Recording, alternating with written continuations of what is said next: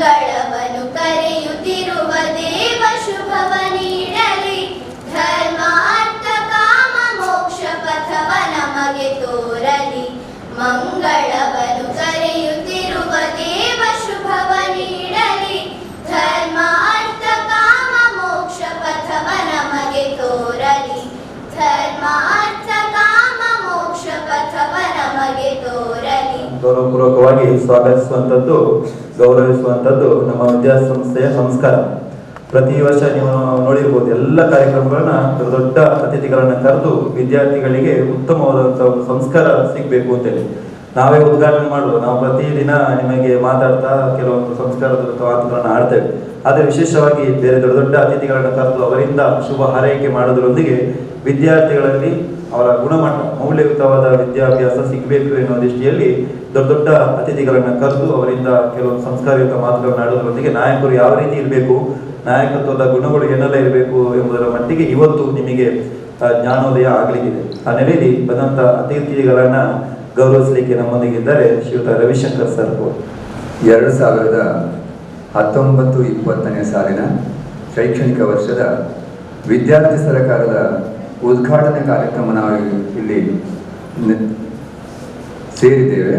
ಈ ಕಾರ್ಯಕ್ರಮವನ್ನು ಉದ್ಘಾಟಿಸಲು ಬಂದಿರುವಂತಹ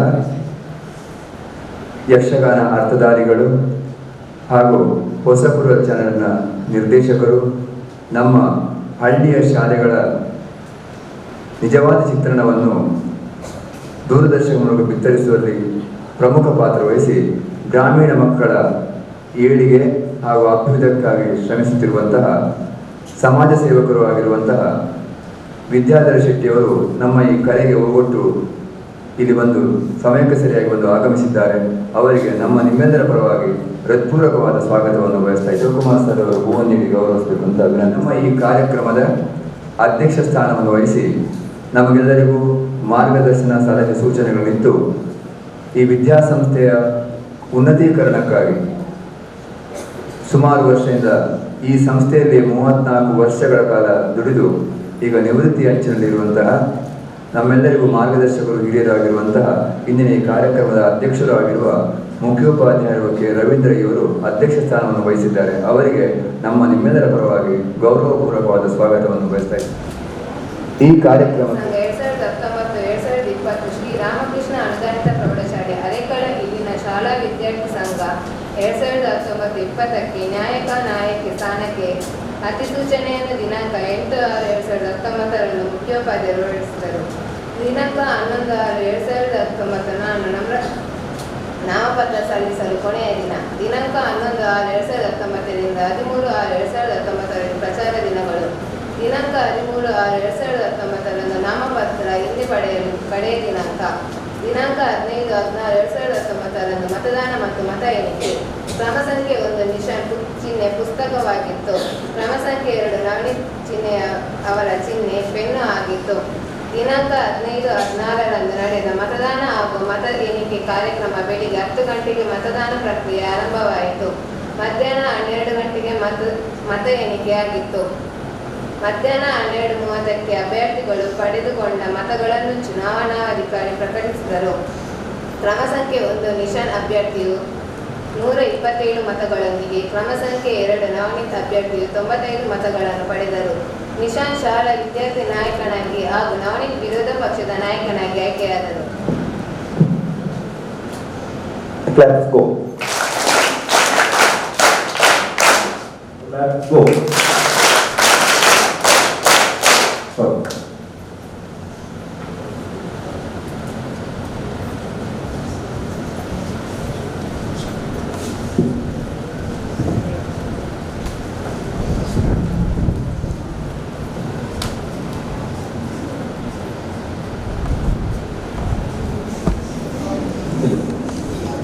ಈಗ ನಮ್ಮ ಮುಖ್ಯಮಂತ್ರಿಯಾಗಿ ಆಯ್ಕೆಯಾಗಿರುವಂತಹ ನಿಶಾನ್ ಅವರಿಗೆ ನಮ್ಮ ಮುಖ್ಯೋಪಾಧ್ಯಾಯರು ಪ್ರಮಾಣವನ್ನು ಬೋಧಿಸಬೇಕು ಅಂತ ವಿನಂತಿ ಮಾಡಿದರು. 19-20ನೇ ಶೈಕ್ಷಣಿಕ ವರ್ಷದ ವಿದ್ಯಾರ್ಥಿ ಸರ್ಕಾರದ ನಾಯಕರು ಕೈಯನ್ನು ಮುಂದೆ ಮಾಡಿ ಹೆಸರು ಹೇಳಿ.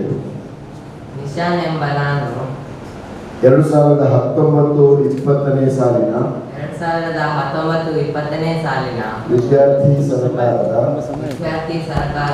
ಮುಖ್ಯಮಂತ್ರಿಯಾಗಿ ಶಾಲಾ ಸಂವಿಧಾನದ ಶಿಸ್ತು ಮತ್ತು ನಿಯಮಕ್ಕೆ ಬದ್ಧನಾಗಿ ವಿದ್ಯಾಸಂಸ್ಥೆಯ ಎಲ್ಲ ಕಾರ್ಯಚಟುವಟಿಕೆಗಳಲ್ಲಿ ಸಕ್ರಿಯವಾಗಿ ಭಾಗವಹಿಸುತ್ತೇನೆ ಮತ್ತು ಆಡಳಿತ ಪಕ್ಷದ ಎಲ್ಲ ಮಂತ್ರಿಗಳನ್ನು ವಿಶ್ವಾಸಕ್ಕೆ ತೆಗೆದುಕೊಂಡು ವಿದ್ಯಾಸಂಸ್ಥೆಯ ಸರ್ವತೋಮುಖ ಅಭಿವೃದ್ಧಿಗಾಗಿ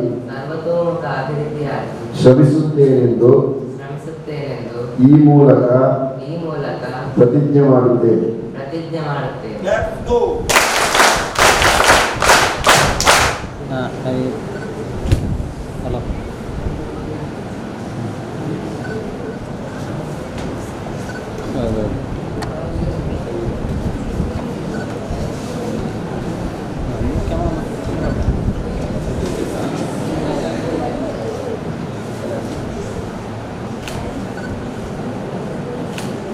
ಸ್ವಲ್ಪ ಗೊತ್ತಿದೆ ಬ್ರೀಫ್.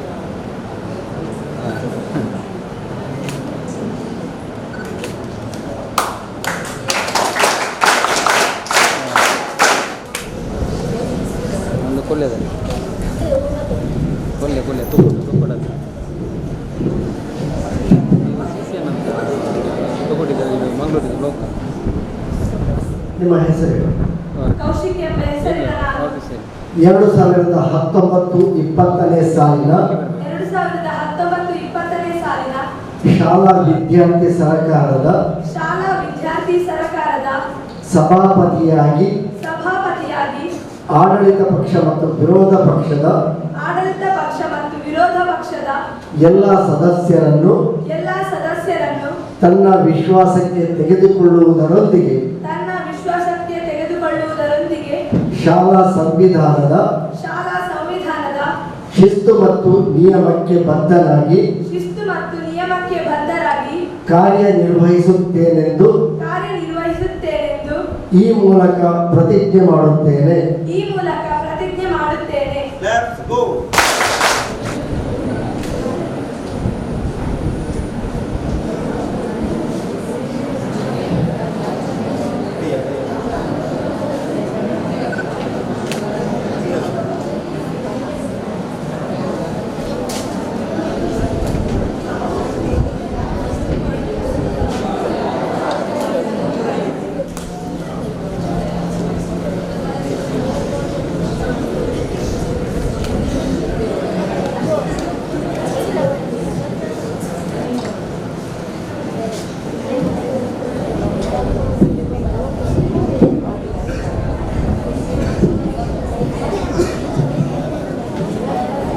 ಈಗ ಉಪಮುಖ್ಯಮಂತ್ರಿಗಳ ಪ್ರಮಾಣ ವಚನ.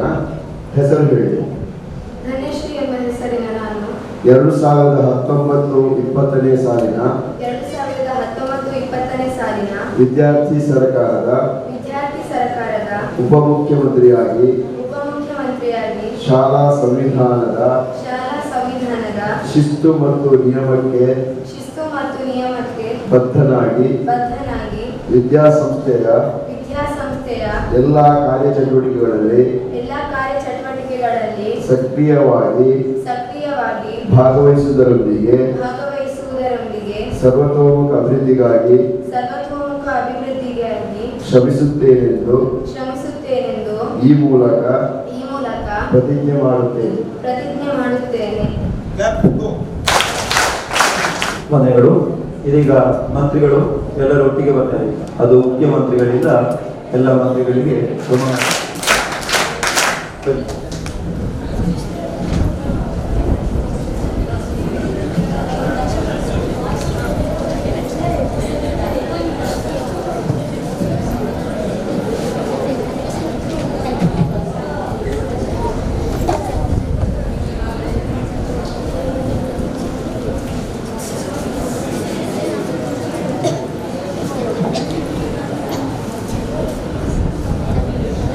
ನಿಮ್ಮ ಹೆಸರುಗಳನ್ನು ಹೇಳಿ.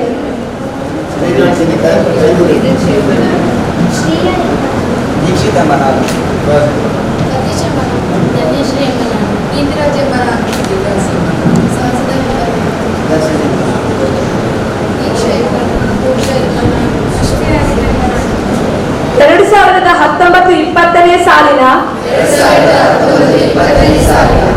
ವಿದ್ಯಾರ್ಥಿ ಸರಕಾರದ ಡ್ಯಾಶ್ ಮಂತ್ರಿಯಾಗಿ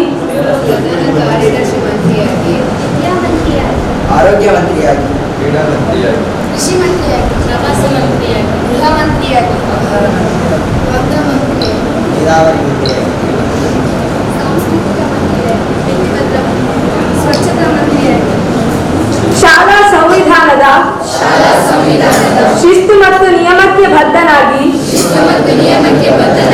ವಿದ್ಯಾಸಂಸ್ಥೆಯ ಎಲ್ಲ ಕಾರ್ಯಚಟುವಟಿಕೆಗಳಲ್ಲಿ ಸಕ್ರಿಯವಾಗಿ ಭಾಗವಹಿಸುವುದರೊಂದಿಗೆ ಸರ್ವತೋಮುಖ ಅಭಿವೃದ್ಧಿಗಾಗಿ ಶ್ರಮಿಸುತ್ತೇನೆಂದು ಈ ಮೂಲಕ ಪ್ರತಿಜ್ಞೆ ಮಾಡುತ್ತೇನೆ.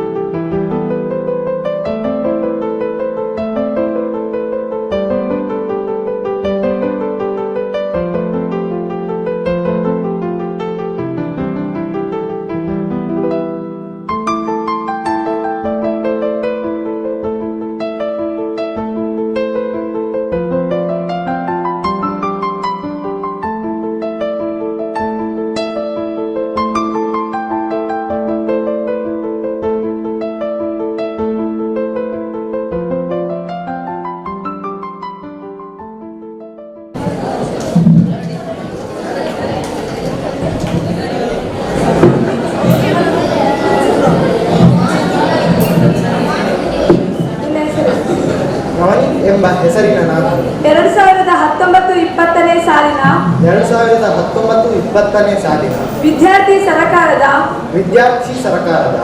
ವಿರೋಧ ಪಕ್ಷದ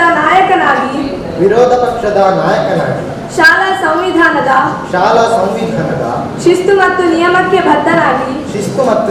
ಬದ್ಧನಾಗಿ ವಿದ್ಯಾಸಂಸ್ಥೆಯ ಎಲ್ಲ ಕಾರ್ಯಚಟುವಟಿಕೆಗಳಲ್ಲಿ ಸಕ್ರಿಯವಾಗಿ ಭಾಗವಹಿಸುವುದರೊಂದಿಗೆ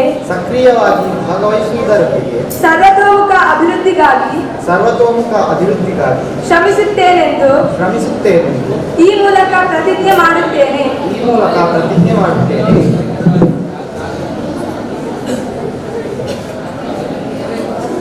ಕಾರ್ಯಕ್ರಮ ಇದೀಗ ಅತಿಥಿಗಳಿಗೆ ಹಾಗೂ ನಮ್ಮ ಎಲ್ಲ ಮಂತ್ರಿವರಿಯರಿಗೆ ಅಭಿನಂದನೆಗಳನ್ನು ಸಲ್ಲಿಸುತ್ತಾ ಇದೀಗ ನಮ್ಮ ವಿದ್ಯಾರ್ಥಿ ಸರ್ಕಾರದ ಉದ್ಘಾಟನಾ ಸಮಾರಂಭ.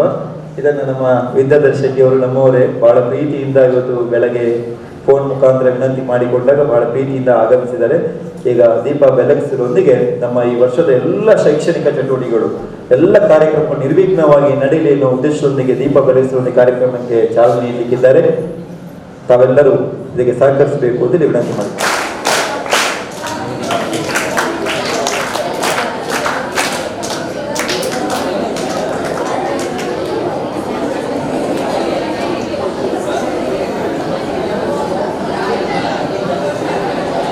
असतो मा सद्गमय तमसो मा ज्योतिर्गमय मृत्योर्मा अमृतं गमय ओम शांति शांति शांति।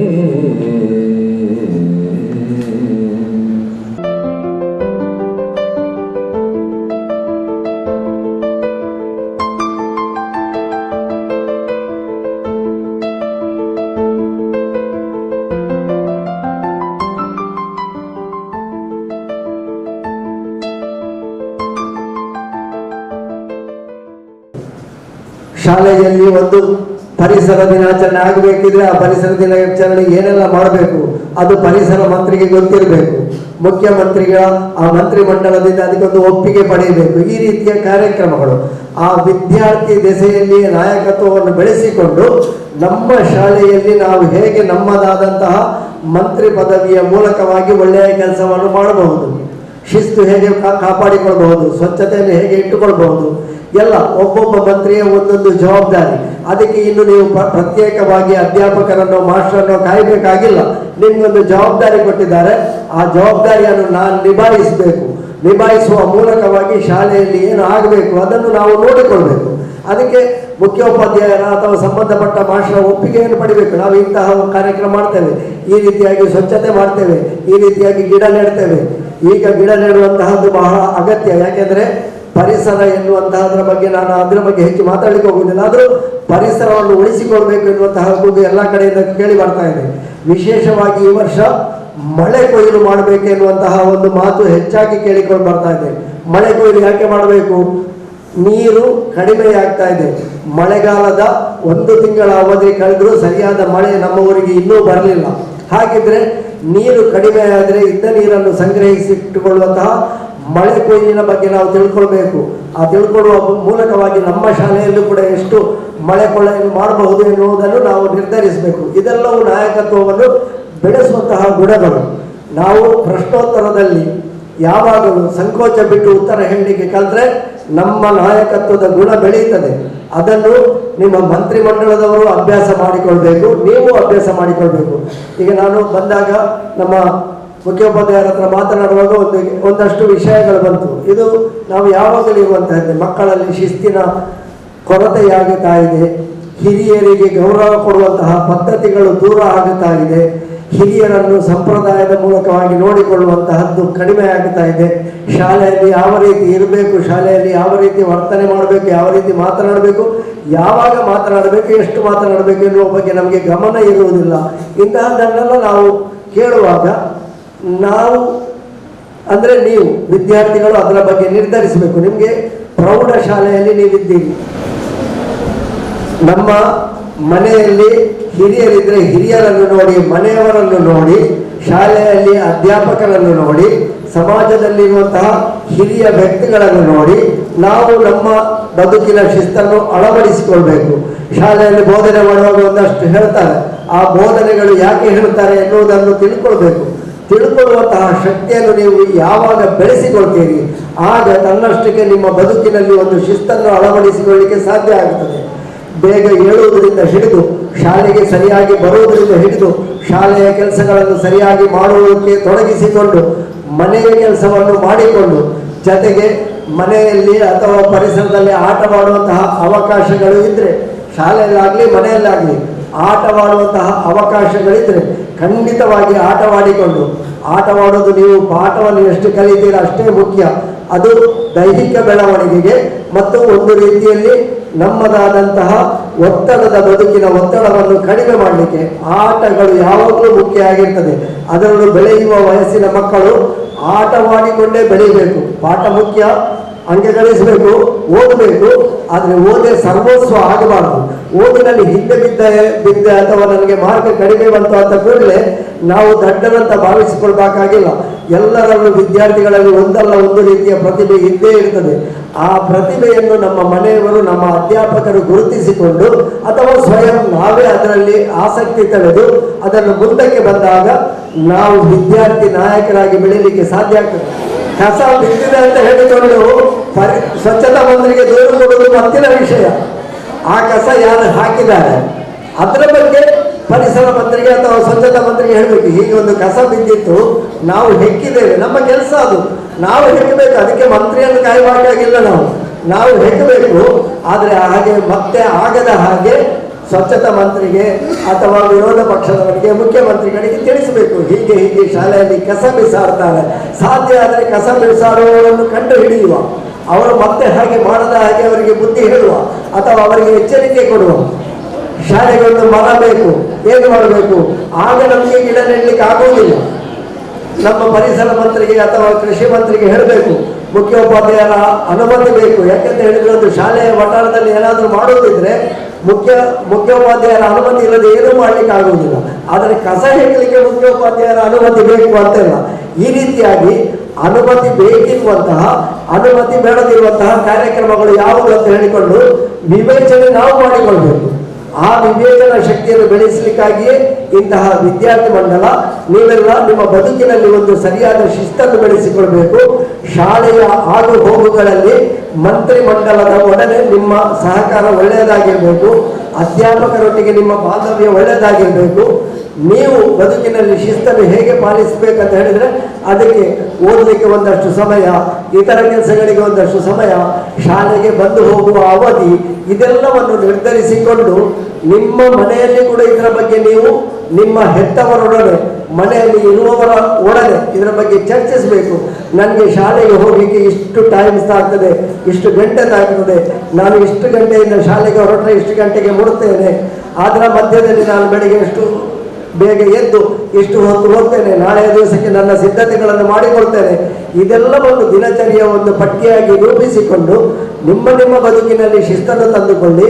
ಶಾಲೆಯಲ್ಲಿ ಒಳ್ಳೆಯ ಶಿಸ್ತಿನ ವಿದ್ಯಾರ್ಥಿಗಳಾಗಿ ಸಾಧ್ಯವಾದಷ್ಟು ಓದುವಂತಹ ಪ್ರಮೇಯವನ್ನು ಬೆಳೆಸಿಕೊಳ್ಳಿ. ನಿತ್ಯ ನಮ್ಮ ಸುತ್ತಮುತ್ತ ಏನು ನಡೀತದೆ, ಅದು ದೇಶದಲ್ಲೇ ಆಗ್ಬೋದು, ವಿದೇಶದಲ್ಲಿ ಆಗ್ಬೋದು, ನಮ್ಮ ಊರಿನಲ್ಲಿ ಆಗ್ಬೋದು, ನಮ್ಮ ಪಕ್ಕದಲ್ಲಿ ಆಗ್ಬೋದು, ಏನು ನಡೀತದೆ ಅದು ಗೊತ್ತಾಗ್ತದೆ. ಇತ್ತೀಚೆಗೆ ಒಂದು ನಮ್ಮದೇ ಒಂದು ಹತ್ತಿರದ ಪ್ರದೇಶದಲ್ಲಿ ಒಂದು ದುರಂತ ಘಟನೆ ನಡೆಯಿತು. ಗೊತ್ತುಂಟಾ ನಿಮಗೆ? ಗೊತ್ತುಂಟಾ? ದುರಂತ ಘಟನೆ ನಡೆಯಿತು. ಅದು ಯಾಕೆ ನಡೆಯಿತು, ಹೇಗೆ ನಡೆಯಿತು, ಯಾಕೆ ಹೀಗೆಲ್ಲ ಆಗುತ್ತಾ ಇದೆ, ಇದನ್ನು ಅರ್ಥ ಮಾಡಿಕೊಳ್ಳುವ ಶಕ್ತಿಯನ್ನು ನಾವು ಬೆಳೆಸಿಕೊಳ್ಬೇಕು. ಆಗ ನಾವು ಸಮಾಜದಲ್ಲಿ ಕೆಳುಕಿನಿಂದ ದೂರಾಗಿಕೊಂಡು ಹೇಗೆ ನಮ್ಮದಾದಂತಹ ವ್ಯಕ್ತಿತ್ವವನ್ನು ಒಳ್ಳೆಯ ರೀತಿಯಲ್ಲಿ ಬೆಳೆಸಿಕೊಳ್ಬಹುದು ಎನ್ನುವುದಕ್ಕೆ ಸಾಧ್ಯ ಆಗ್ತದೆ. ಅದಕ್ಕೆ ಕಥೆ ಪುಸ್ತಕಗಳು ಕೂಡ ನಮಗೆ ಸಹಾಯ ಮಾಡ್ತವೆ. ಅಂತಹ ಪುಸ್ತಕಗಳನ್ನು ಓದಿ, ಚುಟುಕುಗಳನ್ನು ಓದಿ, ಸಾಧ್ಯವಾದರೆ ಎಲ್ಲ ರೀತಿಯ ವೃತ್ತಪತ್ರಿಕೆಗಳನ್ನು ಓದಿ ಅಭ್ಯಾಸವನ್ನು ಬೆಳೆಸಿಕೊಳ್ಳಿ. ಶಾಲೆಯಲ್ಲೂ ಕೂಡ ವಾರಕ್ಕೊಂದು ಸಲ ಆದರೂ ಪೇಪರ್ ಓದುವಂತಹ, ಹಿಂದೆ ಎಲ್ಲ ಶಾಲೆಯಲ್ಲಿ ಇರ್ತಿತ್ತು, ನಿತ್ಯ ಪೇಪರ್ ಓದಿ ಒಂದು ಸುದ್ದಿಯನ್ನು, ಆ ದಿನದ ಪ್ರಮುಖ ಸುದ್ದಿಯನ್ನು ಓದುವಂತಹ ಅಭ್ಯಾಸಗಳು ಕೆಲವು ಶಾಲೆಯಲ್ಲಿ ಇದ್ದವು. ಇಲ್ಲಿ ಇದ್ದೇ ಗೊತ್ತಿಲ್ಲ, ಇಲ್ಲಿ ಇದೆ. ಅಂತಹ ಸುದ್ದಿಗಳ ಮೂಲಕವಾಗಿ ನಿಮ್ಮ ಶಾಲೆಯ ಬೋರ್ಡಿನಲ್ಲಿ ಅಂದರೆ ಫಲಕದಲ್ಲಿ ಆಯಾಯ ಮುಖ್ಯ ಸುದ್ದಿಗಳನ್ನು ನೀವೇ ಬರೆದು ಅಂಟಿಸುವಂತಹ ಒಂದು ಹವ್ಯಾಸವನ್ನು ಬೆಳೆಸಿಕೊಳ್ಳಿ. ಓದುವ ಜೊತೆಗೆ ಬರೆಯುವ ಅಭ್ಯಾಸವನ್ನು ಬೆಳೆಸಿಕೊಳ್ಳಿ. ಈ ಓದು ಮತ್ತು ಬರೆಯುವುದರಿಂದ ನಿಮಗೆ ಗೊತ್ತಿಲ್ಲದ ಹಾಗೆ ನಿಮ್ಮ ಪಠ್ಯ ಪುಸ್ತಕವನ್ನು ಓದುವ ಮತ್ತು ಅದನ್ನು ನೆನಪಿಟ್ಟುಕೊಳ್ಳುವಂತಹ ಸಾಮರ್ಥ್ಯ ನಿಮಗೆ ಹೆಚ್ಚಾಗುತ್ತದೆ. ಅದು ನೀವು ಬೇಕಿದ್ರೆ 1 ತಿಂಗಳು ಸತತವಾಗಿ ಇಂತಹ ಪುಸ್ತಕಗಳನ್ನು ಓದಿ ಅಭ್ಯಾಸ ಮಾಡಿ, ಆ ನಂತರ ನಿಮ್ಮ ಪುಸ್ತಕವನ್ನು, ಕಥೆ ಪುಸ್ತಕವನ್ನು ಯಾವ ರೀತಿ ಓದ್ತೀರಾ ಅದೇ ರೀತಿಯಲ್ಲಿ ಗಮನ ಕೊಟ್ಟು ಪಠ್ಯ ಪುಸ್ತಕವನ್ನು ಓದಿದಾಗ ನಿಮಗೆ ಬದಲಾವಣೆಗಳು ಕಂಡು ಬರ್ತದೆ. ಇದನ್ನು ನಿಮ್ಮ ಬದುಕಿನಲ್ಲಿ ಪ್ರಯತ್ನ ಮಾಡಿ ನೋಡಿ. ಇಂತಹ ಅಭ್ಯಾಸಗಳನ್ನು ಈಗ ಶಾಲೆಯಲ್ಲಿ ಹೊಸ ಮಂತ್ರಿಮಂಡಲ ಆಗಿದೆ, ಇಲ್ಲಿ ಒಳ್ಳೆಯ ಅನುಭವಿ ಅಧ್ಯಾಪಕರಿದ್ದಾರೆ, ಅವರಿಂದ ಕೇಳಿ ತಿಳಿದುಕೊಳ್ಳಿ. ನಿಮ್ಮ ನಿಮ್ಮ ಬದುಕನ್ನು ಸುಂದರವಾಗಿಸಿ. ನಿಮ್ಮ ವಿದ್ಯಾರ್ಥಿ ಮಂಡಲ ಅವರಿಗೆ ಒಂದಷ್ಟು ಮಾತು, ಅವರವರ ಜವಾಬ್ದಾರಿಯನ್ನು ಅವರು ತೆಗೆದುಕೊಳ್ಳಿ. ಅವರಿಗೆಲ್ಲರಿಗೂ ಒಂದು ಜವಾಬ್ದಾರಿ ಇದೆ. ಆ ಜವಾಬ್ದಾರಿಯಿಂದ ಅವರಿಗೆ ಏನು ಮಾಡಬಹುದು, ಹೇಗೆ ಮಾಡಬೇಕು ಎನ್ನುವುದಕ್ಕೆ ಅವರು ವಾರಕ್ಕೊಮ್ಮೆ ಆದ ಮಂತ್ರಿಮಂಡಲದ ಸಭೆಯನ್ನು ಇಟ್ಟುಕೊಳ್ತಾರೆ ಏನೋ ಗೊತ್ತಿಲ್ಲ. ವಾರಕ್ಕೊಂದು ಮಂತ್ರಿಮಂಡಲದ ಸಭೆಯನ್ನು ಮಾಡಲಿ. ಅದಕ್ಕೆ ಮುಖ್ಯೋಪಾಧ್ಯಾಯರ ಅಥವಾ ಸಂಬಂಧಪಟ್ಟ ಅಧ್ಯಾಪಕರ ಮಾರ್ಗದರ್ಶನದೊಂದಿಗೆ ಶಾಲೆಯ ಕುರಿತು ಅಲ್ಲಿ ಚರ್ಚೆ ನಡೆಯಲಿ. ಈ ವಿದ್ಯಾರ್ಥಿ ಮಂಡಲದ ಸರ್ಕಾರಕ್ಕೆ ಅಧಿಕಾರ ಇರುವುದು ಶಾಲೆಯ ವ್ಯಾಪ್ತಿಯಲ್ಲಿ ಮಾತ್ರ ಆಗಿರುವುದರಿಂದ ಶಾಲೆಯ ನಿತ್ಯ ಆಗು ಹೋಗುಗಳ ಬಗ್ಗೆ ಮಂತ್ರಿಮಂಡಲದಲ್ಲಿ ಚರ್ಚೆಯಾಗಲಿ, ಆ ಮೂಲಕವಾಗಿ ಒಳ್ಳೆಯ ವಿದ್ಯಾರ್ಥಿ ನಾಯಕರು ಬೆಳೆದು ಬರಲಿ. ವಿದ್ಯಾರ್ಥಿ ನಾಯಕರು ನೀವು ಕೂಡ ಆಗುವಂತಹ ಪ್ರಯತ್ನ ಮಾಡಿ. ನಾವೆಲ್ಲರೂ ವಿದ್ಯಾರ್ಥಿ ನಾಯಕರು ಅಂತ ಹೇಳಿದುಕೊಳ್ಳಿ, ಎಲ್ಲರೂ ನಾಯಕರಂತಲ್ಲ, ಆದರೆ ನಾಯಕತ್ವದ ಗುಣವನ್ನು ಎಲ್ಲರೂ ಬೆಳೆಸಿಕೊಳ್ಳಿ. ನಿಮ್ಮ ಬದುಕು ಸುಂದರವಾಗಲಿ, ನಿಮಗೆಲ್ಲರಿಗೂ ಭವಿಷ್ಯದಲ್ಲಿ ಉಜ್ವಲವಾದಂತಹ ಒಂದು ಬದುಕು ಅವಕಾಶಗಳು ತೆರೆದುಕೊಳ್ಳಿ ಅಂತ ಹೇಳಿಕೊಳ್ಳುತ್ತಾ ಈ ಶಾಲೆಯ ಹೊಸದಾಗಿ ನಿರ್ಮಾಣ ಆದಂತಹ ಮಂತ್ರಿಮಂಡಲಕ್ಕೂ ತುಂಬಾ ನಾನಿಲ್ಲಿ ಬಂದು 34 ವರ್ಷಗಳಾಯಿತು. ಈ ಹಿಂದೆಲ್ಲ ನಾವು ಕಾರ್ಯಕ್ರಮಗಳನ್ನು ಮಾಡ್ತಾ ಇದ್ದೆವು. ಈ ಶಾಲೆಗಳಲ್ಲಿ ಕಾರ್ಯಕ್ರಮಗಳು ಮಾಡಿದ್ದು ಅದು ಏನು ಮಾಡ್ತಾ ಇದ್ದೇವೆ ಎನ್ನುವಂಥದ್ದು ಯಾರಿಗೂ ಕೂಡ ಗೊತ್ತೇ ಆಗ್ತಾ ಇರಲಿಲ್ಲ. ಆದರೆ ಈಗ ಉಳ್ಳಾಲ ವಲಯದಲ್ಲಿ ಒಂದು ಪೊಸೆಕುರಲ್ ಚಾನೆಲ್ ಮತ್ತೊಂದು ಹಬ್ಬಕ್ಕ ಚಾನೆಲ್ ಅಂತ ಇದೆ. ಆ ಚಾನೆಲ್ಗಳೆಲ್ಲ ಬಂದ ಮೇಲೆ ಏನಾಯ್ತು ಅಂತಂದ್ರೆ ಎಲ್ಲ ಕಾರ್ಯಕ್ರಮಗಳು ಮನೆ ಮನೆಗಳಿಗೆ ಹೋಗುವಂತ ಕೆಲಸ ಆಯಿತು. ಬಹುಶಃ ನೀವೆಲ್ಲರೂ ಕೂಡ ಪೊಸೆಕುರಲ್ ಚಾನೆಲ್ ಅನ್ನು ಓಪನ್ ಮಾಡಿ ನೋಡ್ತಾ ಇದ್ದೀರಲ್ಲ, ನೋಡ್ತಾ ಇದ್ದೀರಿ, ನೋಡ್ಬೇಕಾದ್ರೆ ಅದರಲ್ಲಿ ಬರ್ತಕ್ಕಂಥ ನ್ಯೂಸ್ಗಳು, ಅದರಲ್ಲಿ ಬರ್ತಕ್ಕಂಥ ಸುದ್ದಿಗಳು, ಅದರಲ್ಲಿ ಬರ್ತಕ್ಕಂಥ ಮನೋರಂಜನಾ ಕಾರ್ಯಕ್ರಮಗಳು, ಅದೇ ರೀತಿ ಅದರಲ್ಲಿ ಬರ್ತಕ್ಕಂಥ ಬೇರೆ ಬೇರೆ ರೀತಿಯ ವೈವಿಧ್ಯಮಯವಾದಂತಹ ಗ್ರಾಮೀಣ ಮಟ್ಟದ ಸಾಧಕರನ್ನ ಪರಿಚಯಿಸ್ತಕ್ಕಂಥ ಈ ಎಲ್ಲ ಬೇರೆ ಬೇರೆ ರೂಪದ ಕಾರ್ಯಕ್ರಮ ಬರ್ತದೆ. ಅದನ್ನೆಲ್ಲ ನಾವು ನೋಡ್ಬೇಕು.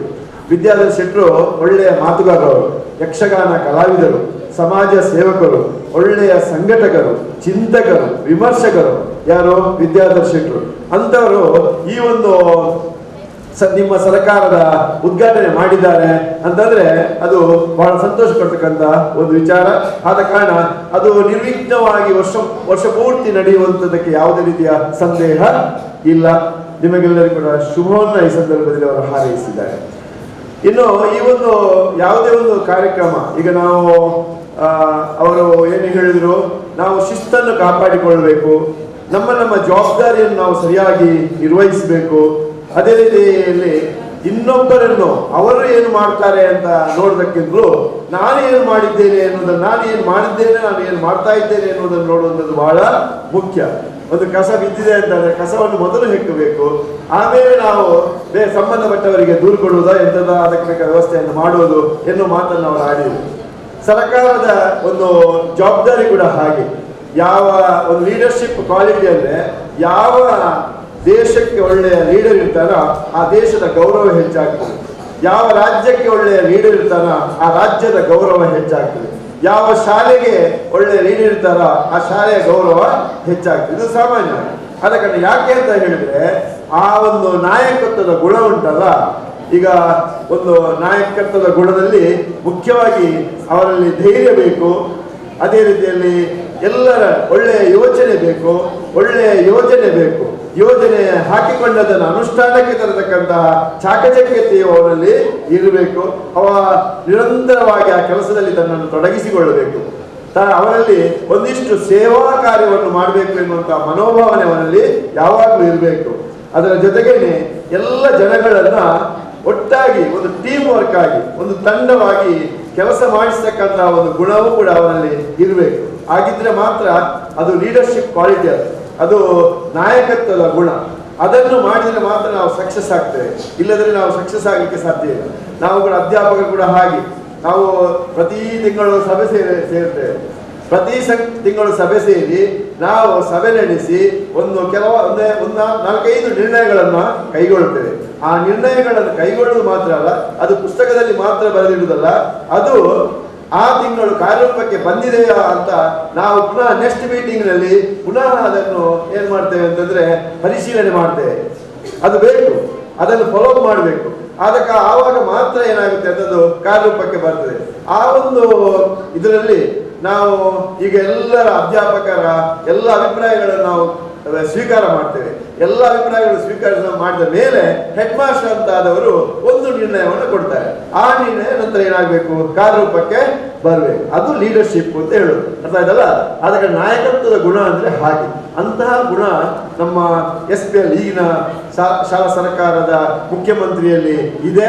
ಅವರು ಅದನ್ನು ಉಪಯೋಗ ಮಾಡಿಕೊಳ್ಳಿ.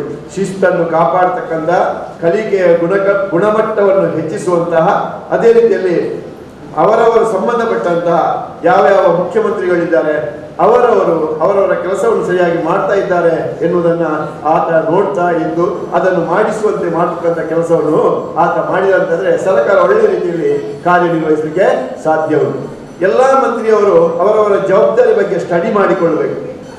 ಅದು ಆಹಾರ ಮಂತ್ರಿ ಇರಲಿ, ಪರಿಸರ ಮಂತ್ರಿ ಇರಲಿ, ಪ್ರವಾಸೋದ್ಯಮ ಮಂತ್ರಿ ಇರಲಿ, ವಿದ್ಯಾಮಂತ್ರಿ ಇರಲಿ, ಯಾವುದೇ ಮಂತ್ರಿ ಇರಲಿ, ಅವರವರ ಮಂತ್ರಿಗೆ ಅವರವರ ಖಾತೆಗೆ ಸಂಬಂಧಪಟ್ಟಂತಹ ಕೆಲಸ ಕಾರ್ಯಗಳ ಬಗ್ಗೆ ಮೊದಲು ಅಧ್ಯಯನ ಮಾಡಿ ಒಂದು ಪ್ರಾಜೆಕ್ಟ್ ಅನ್ನ ಏನ್ ಮಾಡಬೇಕು, ತಯಾರು ಮಾಡಬೇಕು. ಫಾರ್ ಎಕ್ಸಾಂಪಲ್, ಒಬ್ಬ ಕೃಷಿ ಮಂತ್ರಿಯಿಂದ ಇದ್ದಾರೆ ಅಂತ ಇಟ್ಟುಕೊಳ್ಳಿ. ಕೃಷಿ ಮಂತ್ರಿಯು ನಾನೇನು ಮಾಡಬೇಕು ಅಂತ ಎಲ್ಲ ಅಧ್ಯಯನ ಮಾಡಿದಾಗ ಅವ ಒಂದು ಯೋಜನೆಯನ್ನು ರೂಪಿಸಬಹುದು.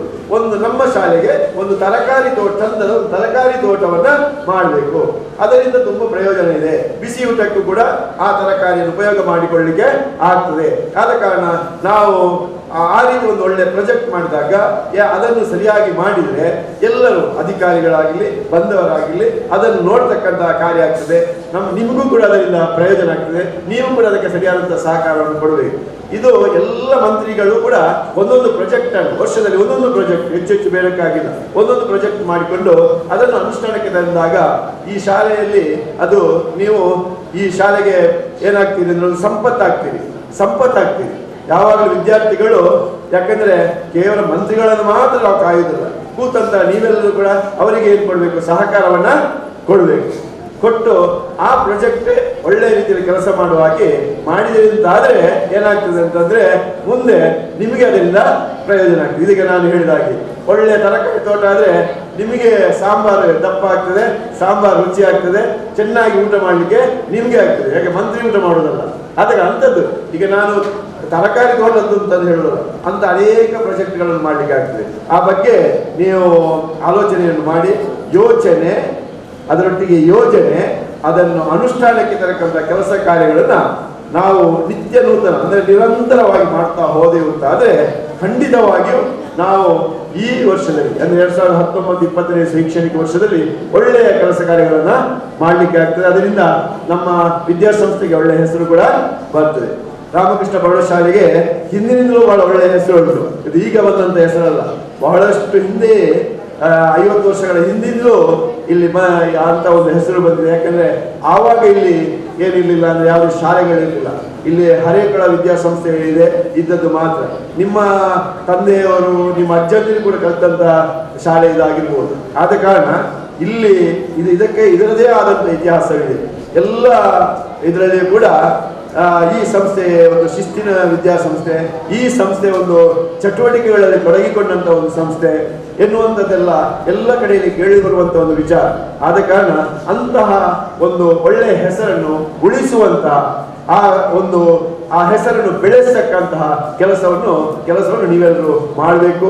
ಆಗ ನೀವು ನಿಜವಾಗಿಯೂ ನಮ್ಮ ವಿದ್ಯಾಸಂಸ್ಥೆಗೆ ಸಂಪತ್ತಾಗಿ ಸಂಪತ್ತಾಗ್ತೀರಿ ಎನ್ನುವಂತಹ ಮಾತಿನೊಂದಿಗೆ ನಾನು ಮುಖ್ಯವಾಗಿ ಅದರಲ್ಲಿ ವಿರೋಧ ಪಕ್ಷದ ನಾಯಕರಿದ್ದಾರೆ, ಏನೇನು ಮಂತ್ರಿ ಮಂಡಲದವರು ಏನೇನು ಕೆಲಸಗಳನ್ನ ಮಾಡುವುದರಲ್ಲಿ ಹಿಂದೆ ಸರಿದಿದ್ದಾರೋ ಅದರಲ್ಲಿ ಏನು ತೊಂದರೆ ಇದೆಯಾ ಅದನ್ನು ಗುರುತಿಸಿ ಅವರಿಗೆ ಮನದಟ್ಟು ಮಾಡತಕ್ಕಂಥ ಕೆಲಸವನ್ನು ಮಾಡಿ ಅವರು ಮುಂದಿನ ದಿನಗಳಲ್ಲಿ ಅದನ್ನು ಸರಿಯಾದ ರೀತಿಯಲ್ಲಿ ಮಾಡುವ ಹಾಗೆ ವಿರೋಧ ಪಕ್ಷವು ಕೂಡ ಅವರನ್ನು ನೋಡ್ತಾ ಇರಬೇಕು, ಅವರಿಗೆ ಎಚ್ಚರಿಕೆಯನ್ನು ಕೊಡ್ತಾ ಇರಬೇಕಾಗ್ತದೆ. ಈ ರೀತಿಯ ಒಂದು ಚಟುವಟಿಕೆಗಳು ಶಾಲಾ ಒಂದು ಹಂತದಲ್ಲಿ ಅದು ನಡೆದಂತಾದ್ರೆ ನೀವು ಆ ರೀತಿಯ ಚಟುವಟಿಕೆಗಳಲ್ಲಿ ತೊಡಗಿಕೊಂಡು ಬರ್ತಾ ಹೋದ್ರಿ ಅಂತಾದ್ರೆ ಮುಂದೆ ನೀವು ದೇಶದಲ್ಲಿ ರಾಜ್ಯದಲ್ಲಿ ಮತ್ತು ದೇಶದಲ್ಲಿ ಕೂಡ ಒಳ್ಳೆಯ ನಾಯಕರಾಗಿ ಒಳ್ಳೆಯ ವ್ಯಕ್ತಿಗಳಾಗಿ ನೀವು ಈ ದೇಶದ ಸತ್ಪ್ರಜೆಯಾಗಿ ನಿರ್ಮಾಣ ಆಗುವುದಕ್ಕೆ ಯಾವುದೇ ರೀತಿಯ ಸಂಶಯ ಇಲ್ಲ. ಅದನ್ನು ನೆನಪಿನಲ್ಲಿ ಇಟ್ಟುಕೊಳ್ಳಿ. ಆದರೆ ಒಂದು ಮಾತ್ರ, ಈಗ ವಿದ್ಯಾಧರ ಶೆಟ್ಟರು ನಿಮ್ಮನ್ನು ಆಗಾಗ ಕೆದಕಿದ್ರು, ಅವರು ತುಂಬಾ ಕೆದಕಿದ್ರು. ಯಾಕೆಂದ್ರೆ ನೀವು ನೋಡಿ, ನೀವು ಒಂದು ಪ್ರಶ್ನೆ ಕೇಳುವಾಗ ಉತ್ತರಿಸಬೇಕು ಧೈರ್ಯದಿಂದ. ಅದು ನಿಮ್ಮಲ್ಲಿ ಉತ್ತರ ಗೊತ್ತುಂಟು, ನನಗೆ ಗೊತ್ತಿದೆ, ನಿಮಗೆ ಅದರ ಉತ್ತರ ಗೊತ್ತಿತ್ತು ಅಂತ. ಆದರೆ ನೀವು ಅದನ್ನು ಹೇಳಲಿಕ್ಕೆ ಹಿಂಜರಿದ್ರಿ. ಅದಕ್ಕೆ ಆ ಹಿಂಜರಿತನ ಇರಬಾರ್ದು. ಆ ಹಿಂಜರಿಕೆ ನಿಮ್ಮಲ್ಲಿ ಬಂತು ಅಂತಾದ್ರೆ ನಿಮ್ಮ ಏನು ಮುಂದಿನ ಭವಿಷ್ಯವನ್ನ ನೀವು ಏನು ಭವಿಷ್ಯ ಕಟ್ಟಲಿಕ್ಕೆ ಹೊರಟಿದ್ದೀರಾ, ಆ ಭವಿಷ್ಯ ಕಟ್ಟಲಿಕ್ಕೆ ಕಷ್ಟ ಆದಿತ್ತು. ಎಲ್ಲೆಲ್ಲಿ ಅವಕಾಶಗಳು ನಿಮಗೆ ಸಿಗ್ತದೋ ಅವಕಾಶಗಳನ್ನು ಉಪಯೋಗ ಮಾಡಿಕೊಳ್ಳಿ. ನಾವು ಸಾಹಿತ್ಯ ಕಲಾ ಸಂಘ ಅಂತ ಇಲ್ಲಿ ಸ್ಟಾರ್ಟ್ ಮಾಡಿದ್ದೇವೆ. ನಾನು ಬಂದ ಮೇಲೆ ಇಲ್ಲಿ ಸಾಹಿತ್ಯ ಕಲಾ ಸಂಘ ಅಂತ ಸ್ಟಾರ್ಟ್ ಮಾಡಿದೆವು. ಆ ಕೆಲವು ವಿದ್ಯಾರ್ಥಿಗಳು ಅದನ್ನು ಸರಿಯಾದ ರೀತಿಯಲ್ಲಿ ಉಪಯೋಗ ಮಾಡಿಕೊಂಡ್ರು.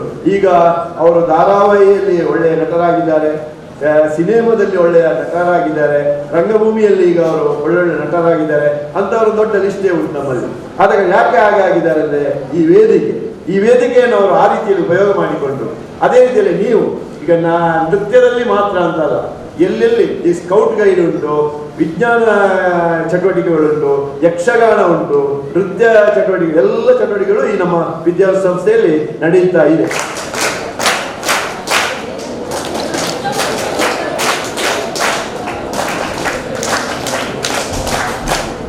ಈ ಒಂದು ಕಾರ್ಯಕ್ರಮದಲ್ಲಿ ವಿದ್ಯಾರ್ಥಿ ಸರ್ಕಾರವನ್ನು ಉದ್ಘಾಟನೆ ನೆರವೇರಿಸಿದಂಥ ನಮ್ಮವರೇ ಆದಂಥ ಹೊಸತೂರು ಚಾನೆಲ್ನ ನಿರ್ದೇಶಕರಾದಂಥ ವಿದ್ಯಾರ್ಥಿ ಅವರಿಗೆ ನಿಮ್ಮೆಲ್ಲರ ಪರವಾಗಿ ಪೂರಕವಾದ ಧನ್ಯವಾದವನ್ನು ಸಮರ್ಪಿಸ್ತಾ ಇದ್ದೀವಿ.